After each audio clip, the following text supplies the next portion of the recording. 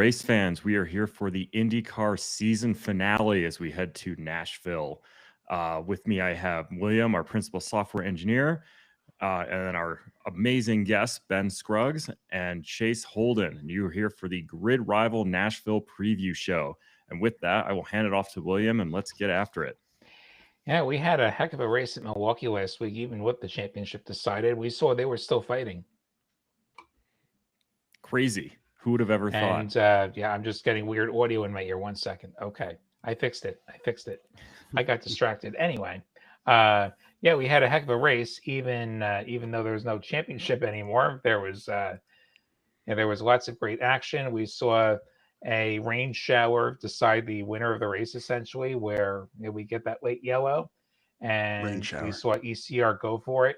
Hey, it was on the camera. Like, we saw an onboard shot of the sprinkle, and we don't It want was an another New excuse Hampshire to sweep the incident. track. It was an We excuse yeah, to sweep the track. it, Let's it call was, it what it but is. like we don't want another New Hampshire. We don't want Will Power telling race control that they're number 11. So Yeah. um, understandable to throw the yellow there. Anyway, Mother Yeah, Nature has a fun way of coming in to keep Alex Palou away from 10 wins in the season. I'll say yep, that. yeah. Put it that way. Yeah, ECR decided to go for tires, and that ended up being the way to go. So as we look at our big winners, up at the top, we've got Christian Rasmussen and Alexander Rossi up 2 million and 1.7 million because they went for tires. We saw Rasmussen muscle his way past Palou. That needs to be in the promo reels for years to come. That was a heck of a pass. Yes. Rasmussen rightfully up 2 million. Rossi up 1.7 million, as I said before. Other winners, Scott McLaughlin finally finding himself a top 5. Joseph Newgarden up 1.3 with his third place finish. And everyone else who went up was up less than a million. Willie Foster, the other noteworthy increase, I think, up 0.9 million, coming in 17th by surviving. So, Probably yeah. locking up the Rookie of the Year. What was that? I'm sorry.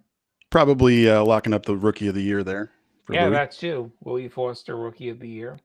As far as the big losers, Will Power down 2 million after his problems. Ram Rahal, Kalamaiwat, Nolan Siegel bidding it on lap 1. All I have to say there is you can't win the race on lap 1. He tried to win the race on lap 1. That doesn't work. There's like a couple hundred more. So anyway. You can lose the race on lap 1, though. You can lose the race on lap 1. He showed that. He showed us how. Yes, that was demonstrated for all to see. So that's everyone down a million or more. We see drivers up and down smaller amounts as well. Paddle Award held even, actually. Funny whenever that happens. It's hard to stay even in this game. Anyway, other thoughts from Milwaukee apart from that chaotic ending? I think that one thing I'll say is just from watching, we were plugged in as some of you guys were on the live stream, which was awesome. Need to get back to doing more of that. I miss live streaming. I feel like we just had a good, well-rounded race that showed us once again, since Worldwide Technology, why we need more ovals on the schedule. It creates some of the most talked about racing into the week. It keeps the IndyCar news storylines going, and it's just exciting to watch. We had so many great battles on that oval. The oldest oval in America. I'm pretty sure I heard them say it. I know for a fact it's older than the Indianapolis Motor Speedway. So there's just a lot of history there. It's a great track. It produces some of the best IndyCar racing that I think that we could arguably say that we've saw through the year. And it's just one more reason why we need more ovals on the schedule. That was my biggest takeaway from this entire race because let's be honest, I think we all kind of thought Alex Palou was just going to run away with it. He was stinking up the show a little bit until that caution. But these types of races are very high for cautions, and the more cautions we get, the more attrition that we get, the better finishes that some of the guys that aren't able to really get it done maybe on a week-to-week basis on the road courses, it's able to help their teams in ways that we can't even imagine. So I just think that we need more of this style of racing with IndyCar. It just packs another visual layer onto where we are in terms of motorsport in general in society today. It's just needed. Absolutely. There were a lot more ovals on the schedule when I started watching way back when. Like that was the IndyCar that I fell in love with. I'd like to see more of that. I like road courses, I like the street courses, but a good oval race is hard to beat. Yeah, Yeah. I grew up an IRL kid, so yeah, that's my happy place. That's my bread and butter. So yeah, bring it on. But So we we get NASCAR fans into IndyCar too. So let's yeah, not forget that. that's a direct line. So yeah, Yeah. well, we may be in luck. The rumors floating around are that Phoenix is coming back. So Heard about that. And maybe Yeah. it's going to be a joint weekend with NASCAR, which that would be interesting. They did that with the Brickyard a few times, and see how that works at Phoenix. Yeah, Yeah. I love That'll it. be I fun think it's a to great see. idea. Yeah, I'm all for it. Yeah. So let's get into some tiers. So our top tier, sitting atop one last time, Alex Palou. We've also got Scott Dixon, Pato Award, and Colton Herta, 27.9 to 22.1 million in this block. What do we call this tier? This is the Shake It Off tier. If you've been on Twitter at all this week, I think there's two things that I hope you guys are tired of. I'm certainly tired of it and ready to shake it off. And it's Taylor Swift engagement stuff, and then all of these really like outlandish, dumb IndyCar F1 rumors. And pretty much all these drivers are kind of involved in it. You've got obviously the Palou reports to Red Bull, which were just never seemed like they were real. It's kind of got debunked today officially, thank God.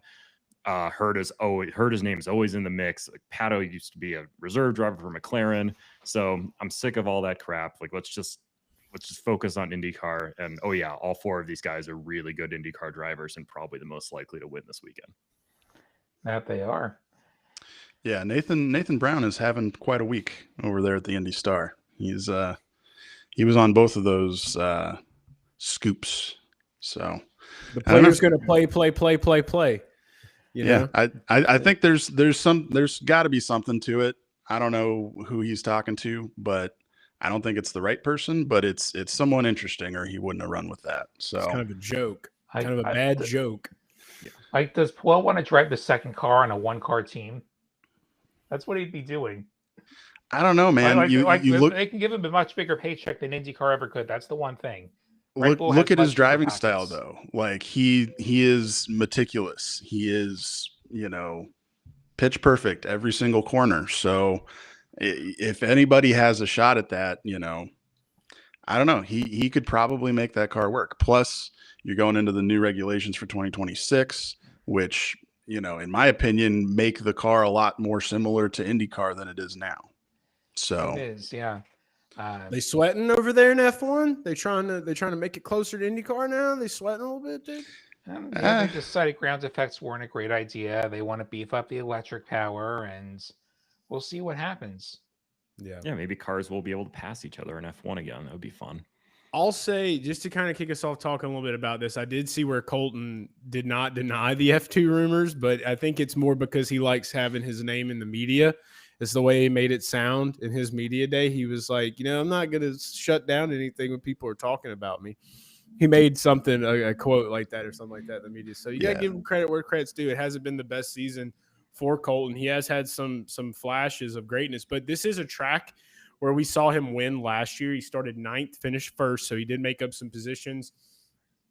This race in particular, I was at the track, and anytime I'm at the track, I feel like I don't ever get to follow the race as well as I would like to, but I can when I'm at home.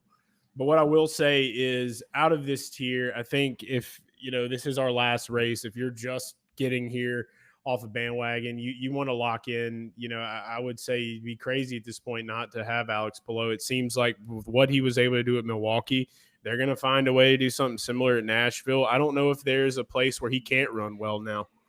And I think that with the price, like that's a huge gap. It's going to really knock you out of having anybody else. So if you're like me, you maybe not want to spend that much money. You want to look down a little bit. And if I'm looking in this pool, I feel like Colton Herta is the way to go, being at 22-1. I love all these guys. I think all these guys have a great shot at Nashville, but go with a proven winner. Go with someone that has the data to know what to do in the closing moments, and they were able to execute well on that.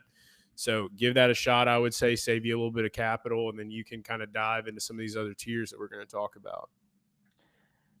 Yeah, Award and Herta seem like great choices given past results, given how they're looking on ovals.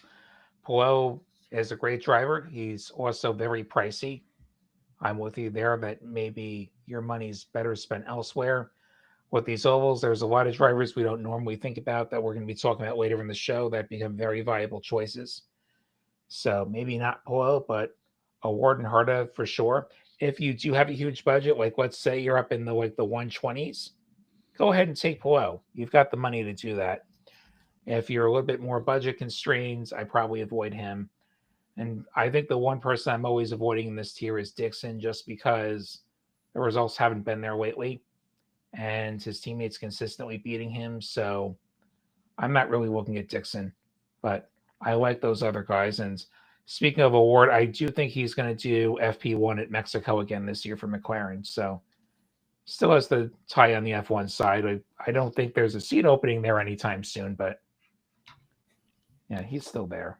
No, but it'll be good pub for the imminent IndyCar race. It sure will.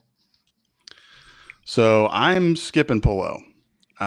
His season's over. He did everything he possibly could. There's no shot at tying the 10-win season anymore. So not that he's not going to try. He's still a threat to win every week. Never count him out, but too expensive. And we keep losing Ben. Ben's having some technical problems. I'm sure we'll get him back in a moment. Well, I'm going to go ahead and going forward. Yeah, I'm going to use this opportunity to say that I think you definitely need Alex Pelot for a couple reasons. One being I've been using him pretty much every week, and it's been working out pretty well. He is good on every single track.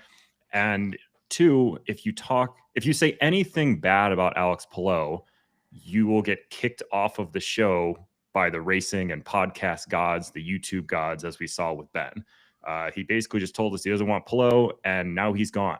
So if that's not a sign, I don't know what is. I think it's a dead internet theory. That's what it means. Yeah. It is. The internet dies. You say something bad about Pelot, the internet dies.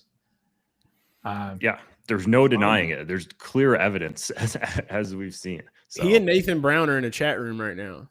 That's where they got summoned to. They got summoned to a little chat room. It's just him. They're just there. They're wondering why they're there. And we know the highlights on repeat from all year. Mm-hmm.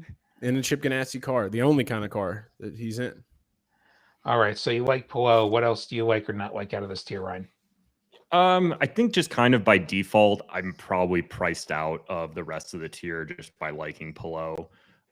He probably could find a way to make Herta work. He has the track history here.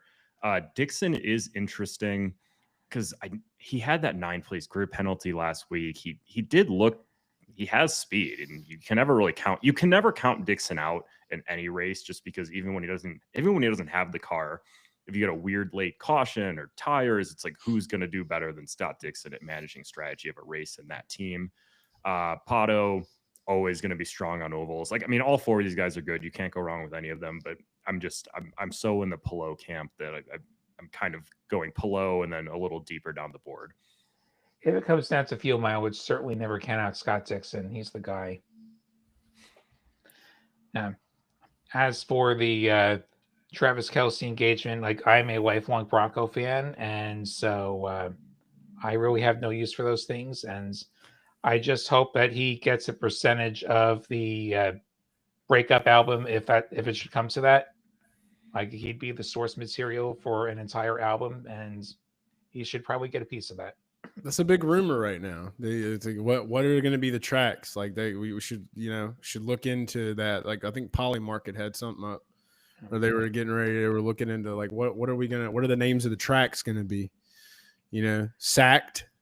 I think that would be a good one. She could make a song called Sacked. There's a lot. Do y'all find it crazy? There's just a lot of Taylor Swift crossover in the IndyCar world. Have y'all noticed that? She's got a lot of ties, right? Yeah, it's crazy. In NASCAR, you talk about Taylor Swift, everybody's like, "Oh yeah." You talk about Taylor Swift in IndyCar, everybody's like, "Ah!" It's wild. It's a very wild dynamic there. You see what happens when you drop Ben? You see what happens? The show just goes completely off the rails. Imagine Ben walks in again to that. We're talking Taylor Swift. We were luckily, wondering where you were, Ben. You went off to a room. You were talking trash about Pillow. We figured you were summoned to like a room. It was just you and Nathan Brown there together making up stories. Yeah, Red Bull sent their thugs. I got yeeted out of the room. It's tough. Good thing in this next tier, we have a lot of drivers to talk about. I will say that because this is where my journey begins, is in this next tier. Yeah. Well, also, we got shout out KP Digital in the chat saying Pillow and Herta. It's kind of on the same page as me. So I think KP Digital is a very smart guy. It's a smart person. Or girl. Pricey. Wishing you had gone Rossi over Ray Hall. You were going to say something, Ben? Kim Possible. No, I'd love to see what the rest of that lineup looks like, because you're not leaving much budget, unless you got money like that, you know. And we were discussing that. Like I said, I like Pillow if you have a lot of money. We don't all have a lot of money. Some of us do. Yeah, so you were saying, Ben, you didn't like Pillow, but real quick, like, who do you like, not like, apart from Pillow? So I get the argument for Pillow. Obviously, he's dominant. I get the argument for Herta. He won here last year in pretty convincing fashion.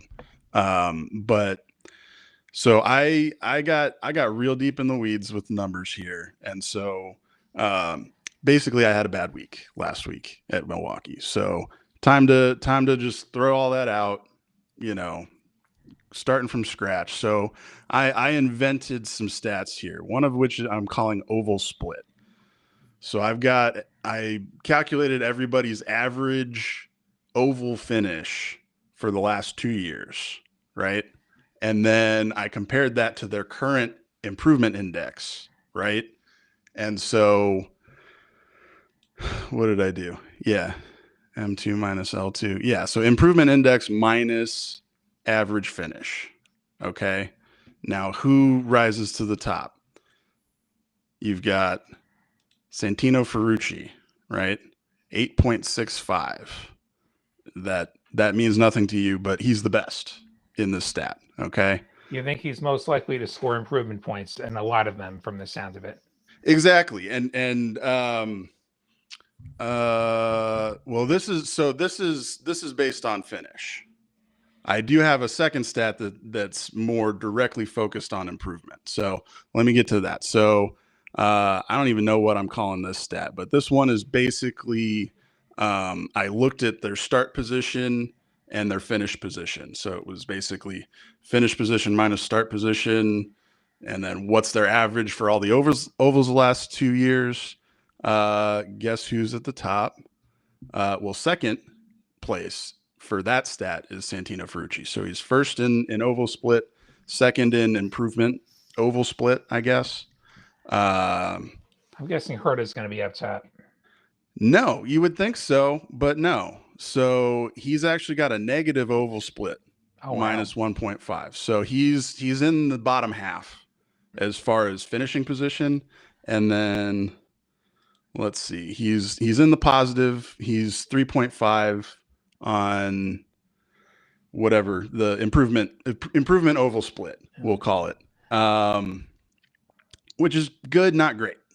Okay. So I decided not to trust my gut this week. I'm trusting the data. Data says Herta is not worth the money. Okay, no Herta. How about award? Also no. No award. Okay. So Pato is a huge talent, but he's a huge talent everywhere, right? So he's a threat to win on any type of track and does it on a pretty regular basis. So there's Pato. Sounds like a lineup full of Penske's and guys like Malukas and Daly. Yeah, I feel like we're going to have very similar lineups when we get to that part of the show. There's some surprises. Yeah, I have a feeling too that we probably end up in the same place here, but I took the long way. So bear with me. So you've got a 6 oval split, just barely in the positive 1.9, because his winning on all types of circuits tanks his improvement index, right? So it makes it that much harder for him to score points with a top finish. Same thing that happens with Pillow is you're really never getting finishing points. I mean, you're getting raw finishing points, but your improvement index points are not going to be great with one of these top earners, right? And then let's look at his, and so he's got a negative improvement index split. So yeah, I'm out on Pato. All right. So on to the second tier. Maybe we'll find some guys that you're in on here. We've got Christian Lundgaard, Marcus Armstrong, Scott McLaughlin, Will Power, Christian Rasmussen, and Alexander Rossi, ranging from 21.9 to 18.4 million. And which tier is this, Ryan? Angels and Demons tier. One of the best mystery thriller books we ever had. Rasmussen the Demon turned Milwaukee into a mystery thriller race. And we got 2 Christians in the tier. Will the power of Christian compel you? Ripley's Believe It or Not race. That was kind of what it was. He kind of has Ripley's Believe It or Not vibes. You might see a statue of him inside of there. I'll say that it was a good tier name, and I want to just be the first to say that as somebody that has been anti-Penske in 2025 when it comes to lineups, Scotty Mack is my first pick out of this tier. Scotty Mack will lead my team this week because he got the monkey off his back. He got a podium on an oval for the first time in 2025. That has to count for something. That has to mean something. And we know that after the year that Penske's had, now that they know, hey, it is possible for us to get good finishes. It is possible for us to run up front. I don't see why they fall back at all, if at any, in Nashville. I see a world where we may see a guy in a tier below this one win this week. I'm just going to be real. Penske seems back, so you would be a fool not to kick things off with Scotty Mack. Now, you can easily make that argument with Will Power. You could easily make that argument for Christian Rasmussen as well now, because he's now a race winner. He's somebody I've been playing in my lineups all year long just because of the aggressiveness, because I know that typically when you have that kind of aggressiveness, it can play off on the track, especially in the state of racing that we're in now. And it's gotten him into some trouble. It's made some things awkward. It has definitely changed things. But at the end of the day, you can't deny that it's not exciting racing to watch. And I will say that now that he's 18, he's too expensive for me now. I rode the wave up until the 18 mark, and I'm off the train now. I bought low, I sold high. And that's the way I feel about Christian Rasmussen in 2025. So if there's anybody that I like out of this tier that I feel like will set you up for success going into this weekend, it's got to be Scotty Mack, and I wouldn't turn a blind eye to Will Power either. But that's really the only 2 guys I like out of here this week. And I think the big thing this week too is your team budget's your team budget. It doesn't really matter if you buy low, sell high anymore. Whatever you've accumulated throughout the year is what you have going into Nashville. So if you like Rasmussen at 18, yeah, it's a little expensive. The downside is you might not be able to afford things elsewhere in the lineup, but you know, you're not shying away from him because you think he might lose value. It's basically just, we got one race left and that's what they cost, and that's where they are. You've spent all year building team budget for this moment. That was worth a pat on the back, though. I'm with you, Chase. I shied away from Rasmussen. I didn't like the volatility. I didn't like the downside potential. But you guys saw what I made my feelings known pretty clearly on X. But yeah, so he's been upgraded from Rasmussen to Psycho. He's back to Psycho. So he does not the demon like is back. He does not like the nickname Psycho. I know he doesn't like it. He's got room to grow. He can get up to demon. He can get up to demon if he scores me some points this week. He can get up to demon. Yeah, he can work the tier ranking. Because when we ended the show, I will just say, like, I asked him, I said, so is Raz the nickname we're going with? Like, that's what we're going to get. He was like, it's better than Psycho. I felt kind of bad, but it's like I never meant it in a bad way. I meant it was just like, you're Psycho, dude. Like, you don't pick your own nicknames. No. That's not how this works. No, I just thought it was funny. I just wanted to mention that I did bring that up again. It wasn't on the show, but I did bring it up. Well, I'm still calling him Psycho, and yes, it is partially because he doesn't like it. Twisted Metal. Yeah. So I got thoughts. I'm big on Lundgaard. You got thoughts. So yeah, I explained this math horribly, and I'm not going to try to explain the math anymore. I'm just going to try to explain what I'm trying to do.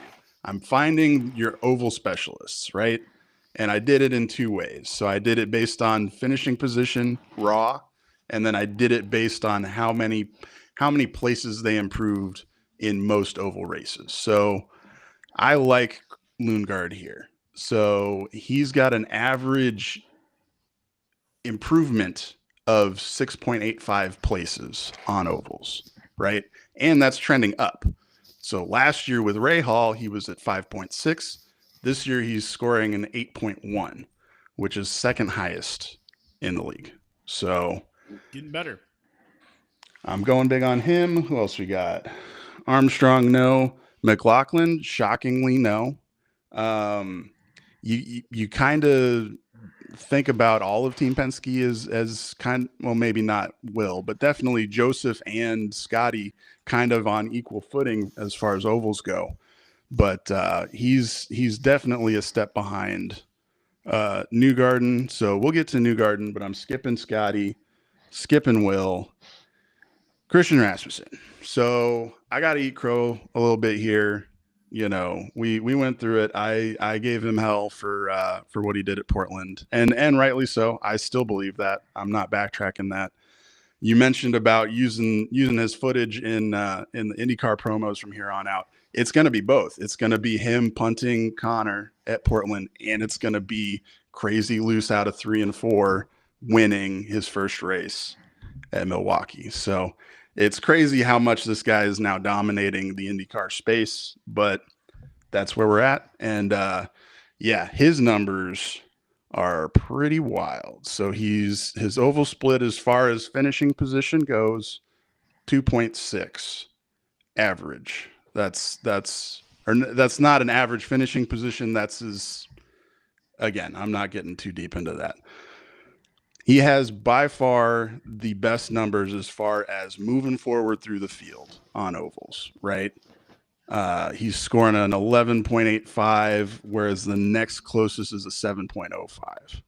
So he's chewing up the field on ovals, and we see it, but we think that because he really only started doing ovals midway through last year, that he doesn't have that experience, and he doesn't.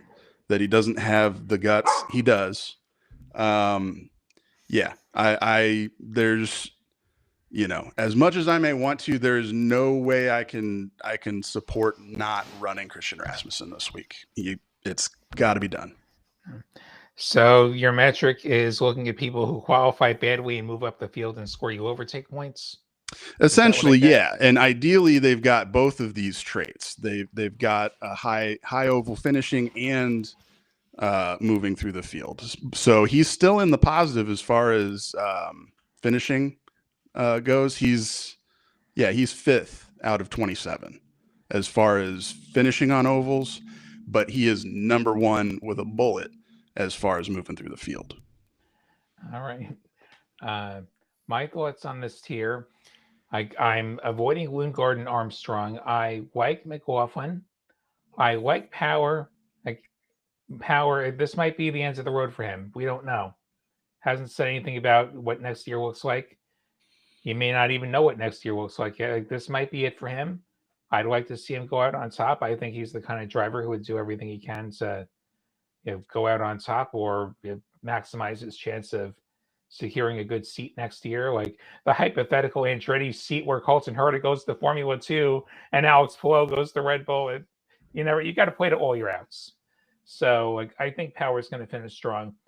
ECR on an oval.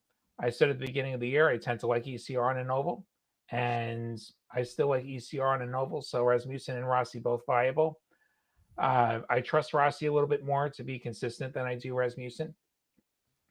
But I think those are both viable choices if you've got the money. So yeah, McLaughlin, Power, Rasmussen, Rossi, all takeable. If I had to rank them, probably McLaughlin, Power, Rossi, Rasmussen. If you made me rank them. And those are my thoughts on this second tier. And Ryan dropped. I'm sure we'll get him back in a moment. So our tier lord, where did he go? expand on that. Rossi's numbers on ovals are shockingly mediocre. So I get what you're saying about consistency and like over a career, sure, but I don't see it for ovals. That fourth place finish last week was kind of out of nowhere. That was buoyed by tires, and that was buoyed by an undercut on the first cycle. I'll say that. I will mention, like, since we are on a bigger oval, Indy was looking to be a good day before he had that mechanical problem and then caught on fire in the pits. So that was probably going to be a good day for him the way he was running. Fire is not great for career longevity. Yeah, ideally, the car won't be on fire this time. Yeah. So you're bringing up some scouting report on the track. Here's some stuff I've got. You got 14-degree banking, the most banking that we have in IndyCar. Drivers say 3 and 4 is actually slightly more banked, but officially it's 14 degrees, all concrete. So it's slick. All right. There's a big bump between 3 and 4 that has caught out some drivers you wouldn't expect to catch out. Passing is generally done in 1 and 2. These guys are flat, just like Indy. They're really only lifting if it's to save fuel. So this is where it gets weird. So we're changing the aero package. We're taking, we were talking with F1 about taking downforce away from the floor, the ground effect. We're taking away downforce from the floor this weekend, and we're putting it topside. We're putting it on the wings. So hopefully it's roughly the same amount of downforce, but you're cutting a bigger hole in the air. So people behind you are going to be able to get a run, and ideally there will be more passing. Passing's been at a premium last year. It's kind of a 1.5 groove track. They've been a lot better this year about getting the sweepers out there to clean up the marbles. So hopefully that tracks again, so we can kind of open up that high lane. But yeah, and this is the only oval where we're running red tires. So last year, the way this kind of worked out, you had to run red 2 sets of red tires, but obviously those were falling off pretty quick. The black tire was the preferred tire. All of the top running cars were on the black tire for the last stint, but that was more of a managing degradation thing rather than a traction thing. So there was a yellow with like 75 laps to go. The leaders knew that they could stretch a tire stint to 75 laps. So everybody came in, pitted. They've lengthened the race this year. So last year was 206 laps. Now we're up to 225 laps. So that kind of gets rid of your fuel save strategy. 3 stoppers out, 4 stoppers in, possibly a 5 or 6 stopper if you're just going in to get tires. So now that fuel save is out the window, that opens up the undercut like we saw last week in Milwaukee. So expect that to be a theme this weekend. And yeah. I was partially just stalling to get Ryan back, but it doesn't look like that. It was a good stall. We're learning. We're all learning things, and we're listening, and it's important to go over those things because there are a lot of us, like we can talk about everything that we need to under the sun, about how this race could go, but understanding little things like that on the engineering side and the changes that matter, like those are all things that matter in a huge way. So I think that's awesome. Ryan did say his internet died. Yeah, I'm seeing the same thing on our company chat. So we're gonna have to make tiers. So we're now. We gotta guess what he had. So we're below the talent driver threshold. We're gonna go into talent driver territory now. So let's get into tier 3. Yeah. We've got Kyle Kirkwood, Rinus VeeKay, Santino Ferrucci, Graham Rahal, and Joseph Newgarden from 17.7 to 16.1 million. And let's come up with a tier name for this. How did I get here? How did I get here? Okay, yeah, that's a reasonable question. Like if you look at some of these names, like there's some that belong. Yeah. Like if you would have said in the beginning of 2025, you'll see Joseph Newgarden in the same tier as Rinus VeeKay and Graham Rahal. No way. Yeah. No way. What is that? I mean, have another option. How What about is it? the living is easy tier? Because every single one of these guys knows where he's driving next year. That is true. Could we say that Renus about could more move, tiers, but though? he's a hot commodity. So he's only Okay. moving if it's a better situation for him. You're actually So- right, because it does look like in the other tiers below this one that there may be at least one guy that doesn't know what's happening in 2025. Yeah, Kirkwood is the So, only Andretti driver who has not been rumored to leave Andretti. yeah, I think we all know Ferrucci- who would probably be the one at this point who would be rumored to leave, if there was such a rumor. But heard of F2. yeah, totally, dude, tons. Yeah, it's Yeah, him. now that Ericsson's been extended, yeah. Got clues, dude. You're gonna waste a year of your career in your Yeah. prime just because the super license system is broken. Yeah, Like, there's I no don't think way so. they're I going to think- cut Marcus so Ericsson. I Dude. He did a lot of think, neck work this no, year. He did a lot of think work on his neck. The Herta thing makes sense just to get him experience on the tracks that they'll actually race at. Like if it were just super license points, he could run some stupid Formula Regional series and scrape up the few points just whooping on a bunch of kids during the Yeah. winter. And he had that opportunity when the Toro Rosso thing was going to happen, and that didn't happen. Colton Herta would we've be been the down this Billy road. Madison of F2 if he went there. Like, and I think he knows that. He would be the Billy Madison of F2. That would be a movie, honestly. I would love to watch that as a television show, like Back to School. Colton Herta goes to F2, and it's just like him in a room full of just 18-year-olds. Yeah, Just trying to 18-year-old figure out, billionaires. like, look out. We've got him back. Are we Ryan getting him is back. What's the name of this Hey. tier? What's the name of this third tier, Ryan? Yeah, what did you name this? Where Because are we tried. just We introduced the guessed. third tier. We just introduced the third tier. Oh God. Okay. Well, you were never gonna get this one because this one's way out of left field. Here we go. This is the out of office tier. I think How did all I of these get here? guys, yeah, all of these rhymes, guys are good. just kind of ready for the season to be over. It's a Ray holiday weekend. It's time for a vacation. You go camping in the Kirkwoods, or maybe spend some time in your new garden. So for me, out of this tier, like since we're already at 238 here, I like Kirkwood, Ferrucci, and Newgarden. Newgarden by far the best. Then Kirkwood, then Ferrucci is always the bigger question mark, but has some ceiling to him. I'm not interested in VK or Ray Hall this week. I'll just say that Newgarden is definitely going to find his way into my lineup at 16-1. I feel like I haven't done it a lot, so it's like if I'm ever gonna have him, might as well be now when we have seen him have a better actually finish a race. Now 2 weeks in a row, which is nice. Or 2 races in a row we've seen him, not weeks, but I gotta have Newgarden here. I feel like he's the hometown guy. The Penske pendulum is swinging in an upward direction, so I want to ride that wave at 16-1. May never see him there again. Gonna just just cherish that. And then I'm going with Santino Ferrucci here because I don't know what the hell happened at Milwaukee other than maybe they put all of their effort into Malukas' car instead of his. In the AJ Foyt garage, and that is completely speculative. I don't know that. But what I am saying is he was off real bad at Milwaukee, did not look like his normal Milwaukee form in 2024. So bounce back season, he's 17-5. Like Ben was saying earlier, he's got one of the better the data statistical numbers on ovals. You know, data statisticals. Everyone has statisticals. His definitely are ones that I want just because we know how he can thrive on an oval when he gets kicked into gear. So I think that we're going to see that come back. So those are the only 2 guys that I do like out of this tier.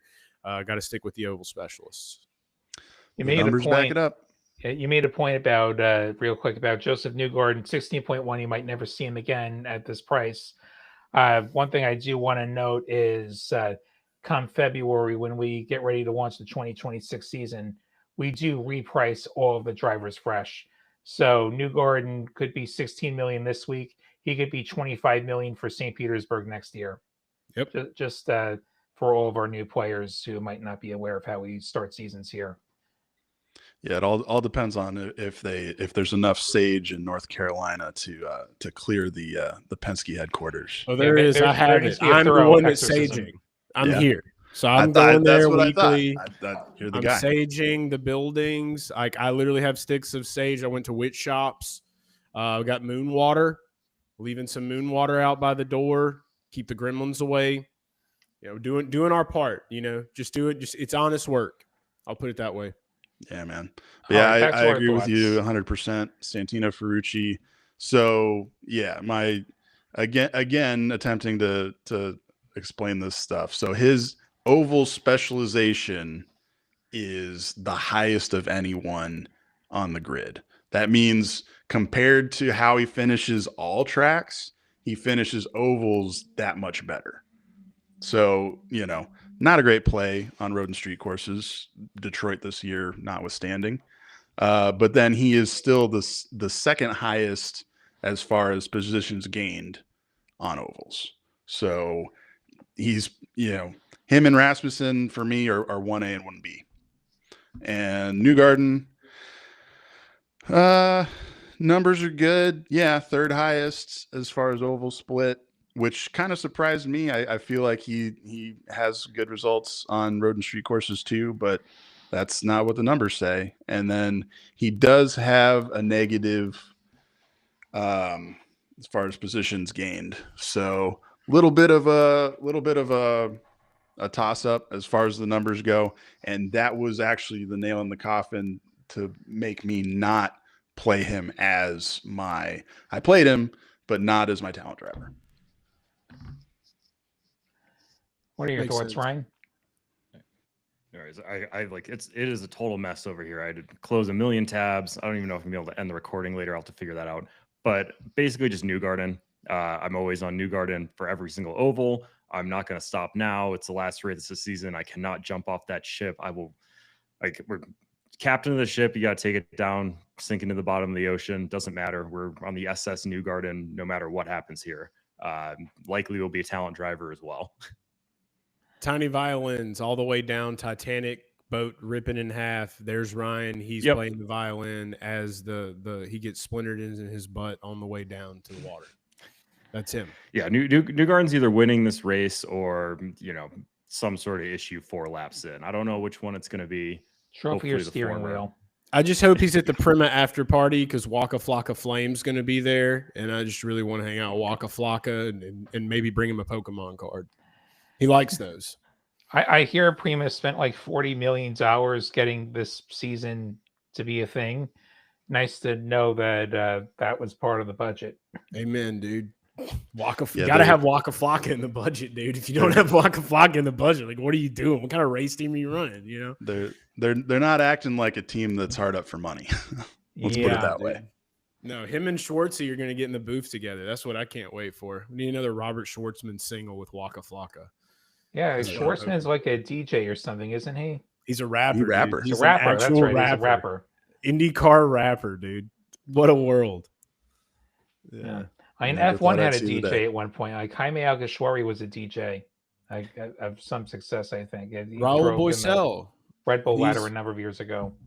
Boisel's is a DJ. Raul Boisel. Yeah. Old IndyCar driver. Great guy. Yeah.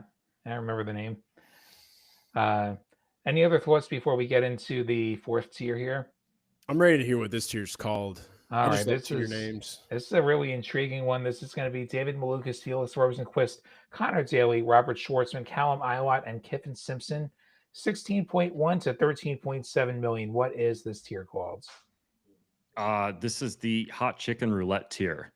I'm trying to remember everything I put down. I can't even get the notes app on this thing to open.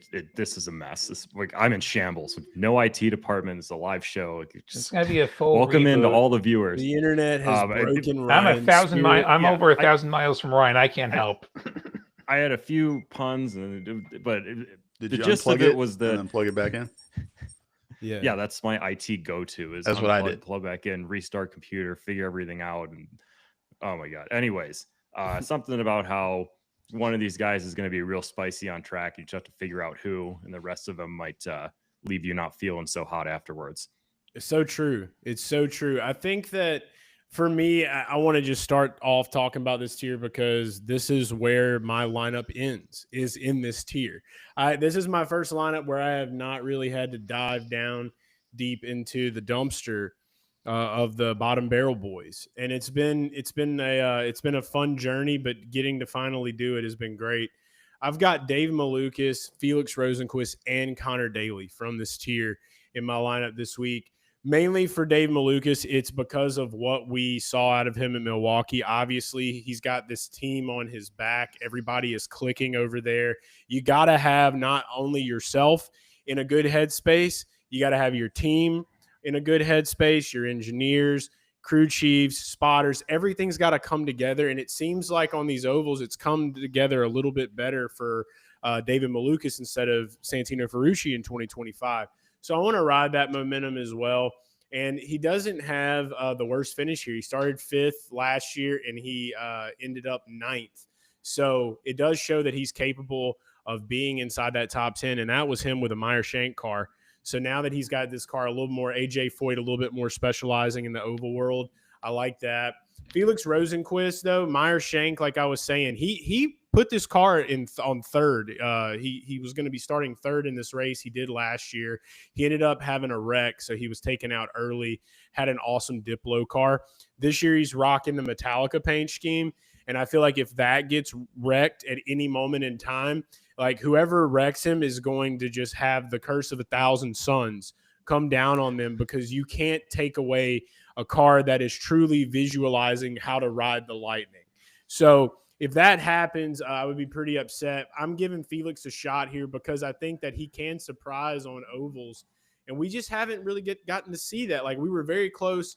If the strategy would have played out the way literally like a lap or two, we would have saw Felix win at Worldwide Technology Raceway earlier this year, but that didn't pan out for him. So I know that they're going to want to pick up from those mistakes, and they're going to want to be able to put his car on the track this week, especially with the wrap that they have on it. Felix is going to be riding high. Ride the Lightning with Felix Rosenquist. And then obviously Connor Daly, the best value oval pick that I think there is this week at 15.3. He's the same price as Felix Rosenquist. Look, if you think that what happened last week with Connor is going to keep him from still pushing to get a solid finish and go for a win this weekend, you're crazy, because he knows that this is the last race of the season. That team still has all the data. They still have everything that they need to put a really good race together, to come together. We know Connor's headspace is there. This team gets locked in right there with him, and it's sky's the limit. So, and I think that everybody knows what's on the line this weekend at Junko's Hollander with Connor. It would be a really terrible time not to put him in your lineup, is all I'm going to say. And so that's the guys. As far as Schwartzman, Eilot, or Simpson, that's a crapshoot. So, yeah. For me, Malukas and Daly are my top choices here. Daly very capable on an oval. Strategy, the late yellow messed with things a little bit last week, but Daly often shows up, as does Malukas. I like those guys both. I'm not so enthusiastic about anyone else in this tier. If we want to talk about people who are fighting for something, I mean, I don't know what Daly's situation is for next year. That neither of the Prima guys like Schwartzman or Eilot, assuming that's a team next year, and they could be replaced by 2 paint drivers that we haven't heard of because Prima needs the money. Like, we just don't know. So they're definitely fighting for something there. Kevin Simpson has the Ganassi equipment. He hasn't shown up a whole lot on ovals as far as I can remember. So not too high on Simpson there. Oh, he showed up last week and pissed off all of the Penske drivers. He did that. He did. Yeah. I think it's worth fading. If you were thinking about playing him, I'd say he's worth fading just for the fact that those guys are going to want to wreck him at some point. This will be a little anger. Yeah. Then like Rosenquist had trouble last week. He's just kind of there. I think that's a lot of money to spend on Rosenquist. So that's my thoughts on that tier. I get why I get the love for Malukas. So over the last 2 years, not looking so great. But last year was in a Meyer Shank car, which had a partnership with Andretti.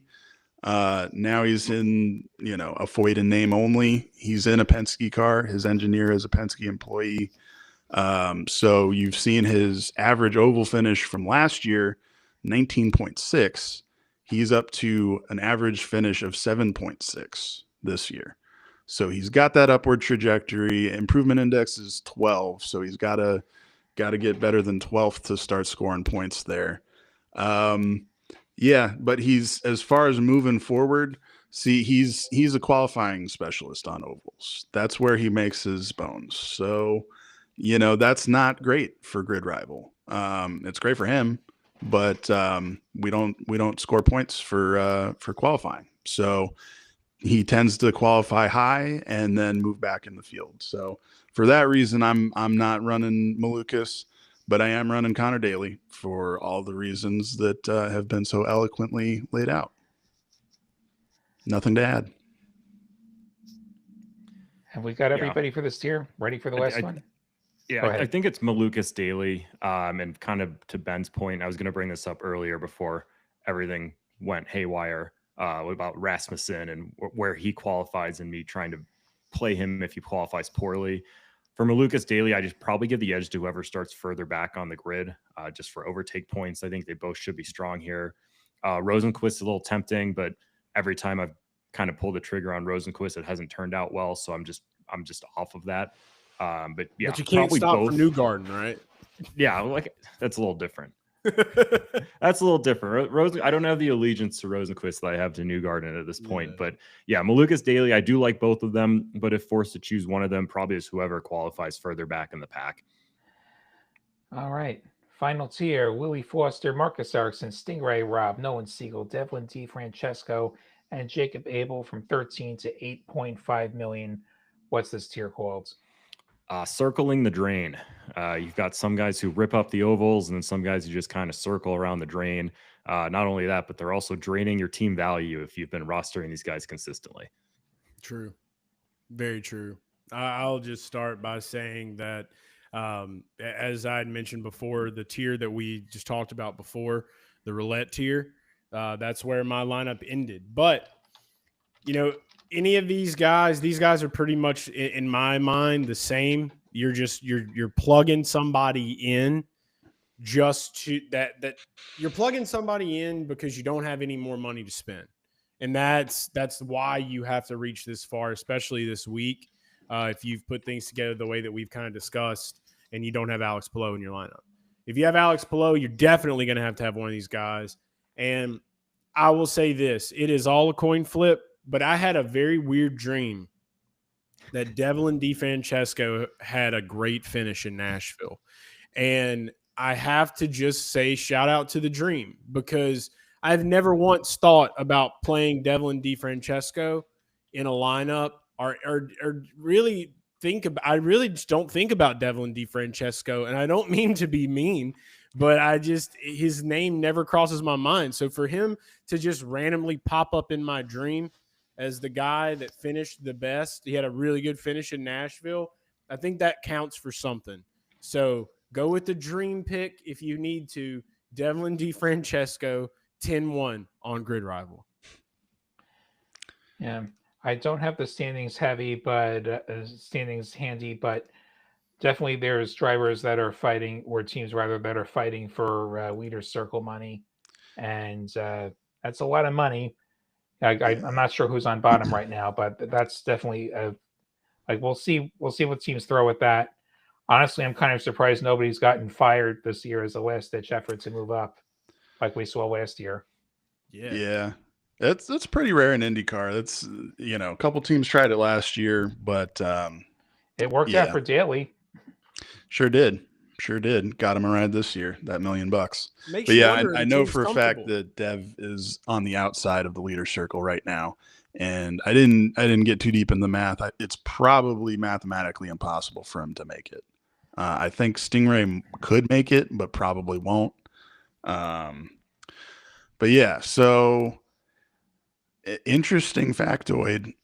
Not to turn this into the numerology podcast, but both Stingray Robb and Devlin DeFrancesco will be making their 50th IndyCar start this weekend. and most likely final. Very possible.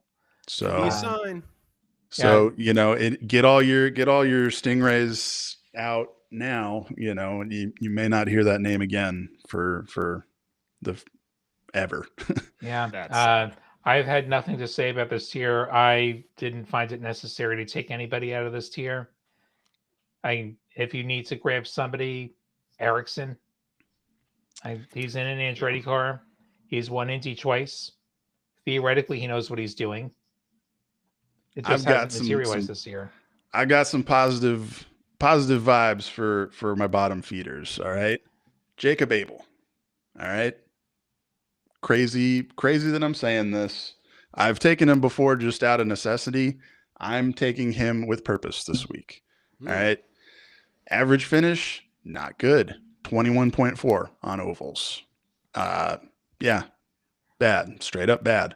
But on average, he gains 4 positions per race on ovals.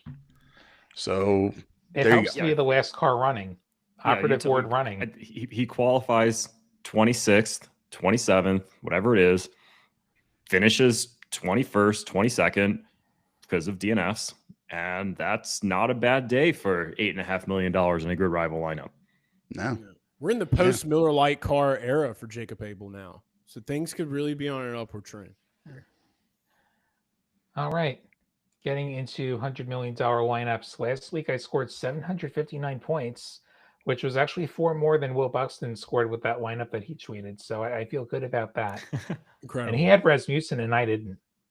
So my lineup this week, I've got McLaughlin, I've got Rossi, I've got Newgarden Talent Driver, I've got Malukas, I've got Daly, and I've got Kiffin Simpson for a grand total of $99.2 million.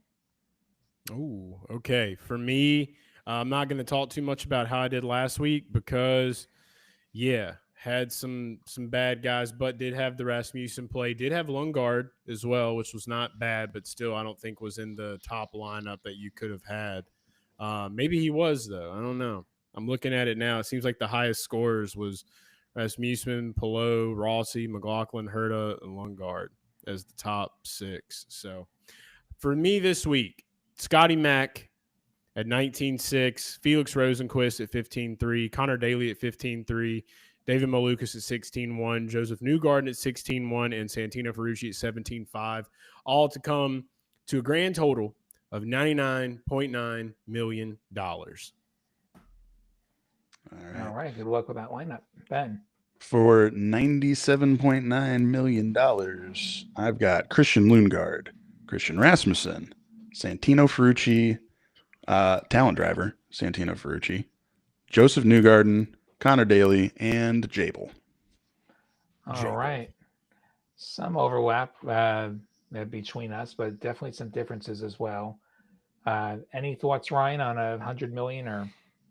Mine kind of got lost in the void, and I'm scared to open up any new tabs. But I did have Palou it was most of the guys who I liked that I talked about earlier. I did have Palou. I fit Newgarden in as Talent Driver. I went dumpster dive. I forgot who I had in the bottom. But yeah. All right. Well, it's been a rough day. Yeah, fair enough. His internet died, guys. Give him a break. It did. Like the internet's like 50-50 this week for some reason. Any other thoughts about the season as we close out here? It's just been awesome to see how many how much fan interaction has almost doubled, I feel like, online. I feel like there was barely anybody talking about IndyCar going in to 2025, and that could just be my algorithms, but it seems like there's a whole lot more to talk about now. The Fox deal really brought some good stirrings for people to kind of talk about, and it's crazy to say, but it feels like maybe it's becoming a little more polarizing, which I think is a good thing. There's people that look at a lot of the things that are happening as bad, and there's a lot that look at it as good. So when you have that kind of a split, that's good for anything you're doing in life, from what I've learned at least.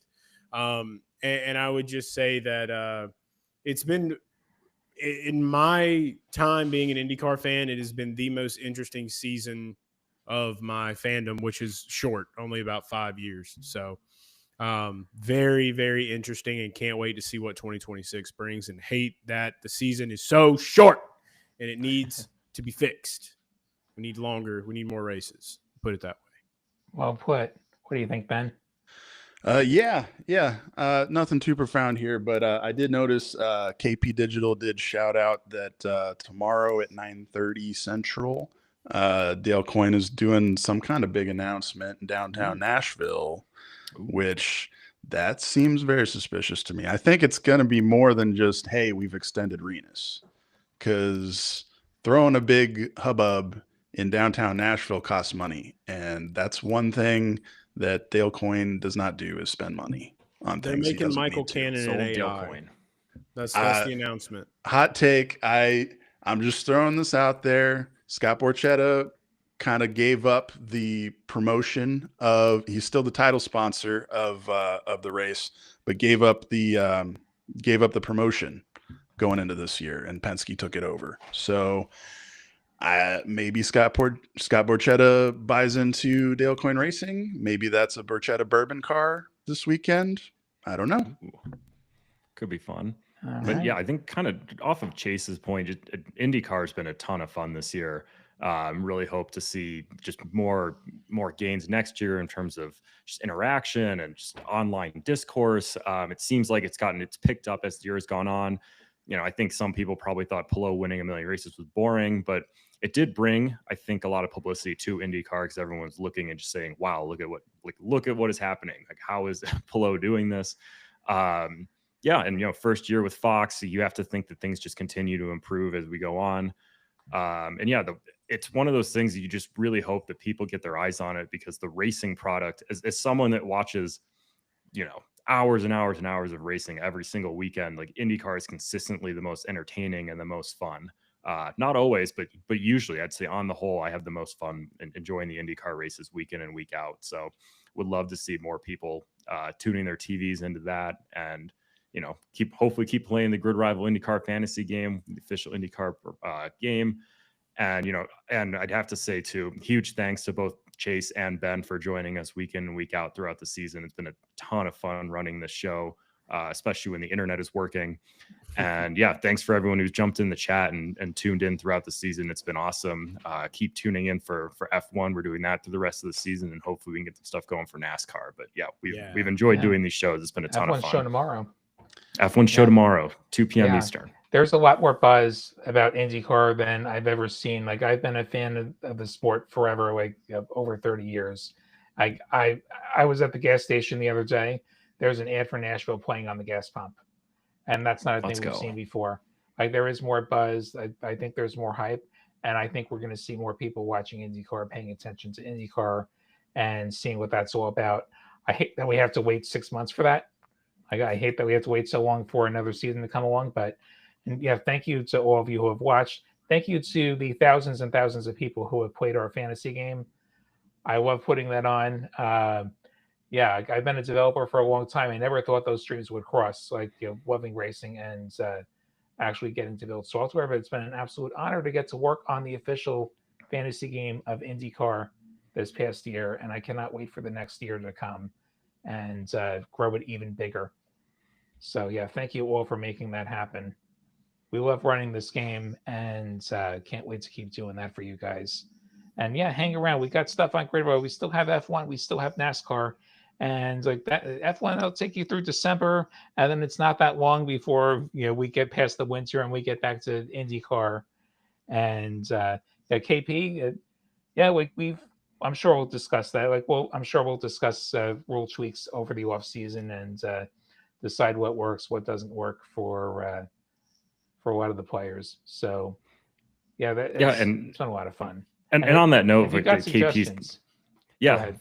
I was just going to say, send us your suggestions. We're always open to feedback and always looking to improve the game any way possible. So hit us up, Discord, and we're always willing to listen. And we've got Discord that's reachable through the Great Arrival app, and we've got a community there. Feel free to give suggestions there too. Follow us all on socials. We don't disappear at the end of the season. We are human beings. We do exist 12 months out of the year. Follow Grid Rival. I'm Ben Scruggs GP on X. Chase is Garage Guy Chase, right, on X. Yes. So everywhere. We'll be around. I'm at Latty William. That's at LAHTI William on X. And yeah, like I have Booth racing review. takes and I have poker takes, and that's most of it for me. We like that. And anybody who's still complaining about Alex Palou winning everything, you're going to be really sad when he's at Monaco next May. So, Get you out know, of here. enjoy it. Go join You your got one more club. race for sure. One more race for sure. You better enjoy it. It would be hilarious if you just left. He was like, he went back to his summon room with Nathan Brown. Yeah. Oh man. All right. Well, All I right. think on that note, unless anyone has anything else, I think it's time to try. Well, I guess attempt to end the show. We'll see what happens on my end with having to close down YouTube and all our studio recording sites and reopen them. So you might be stuck with us for another couple hours, but I'm going to try and end the show right now. Thank you everyone who tuned in, and let's have a great season finale. Yep.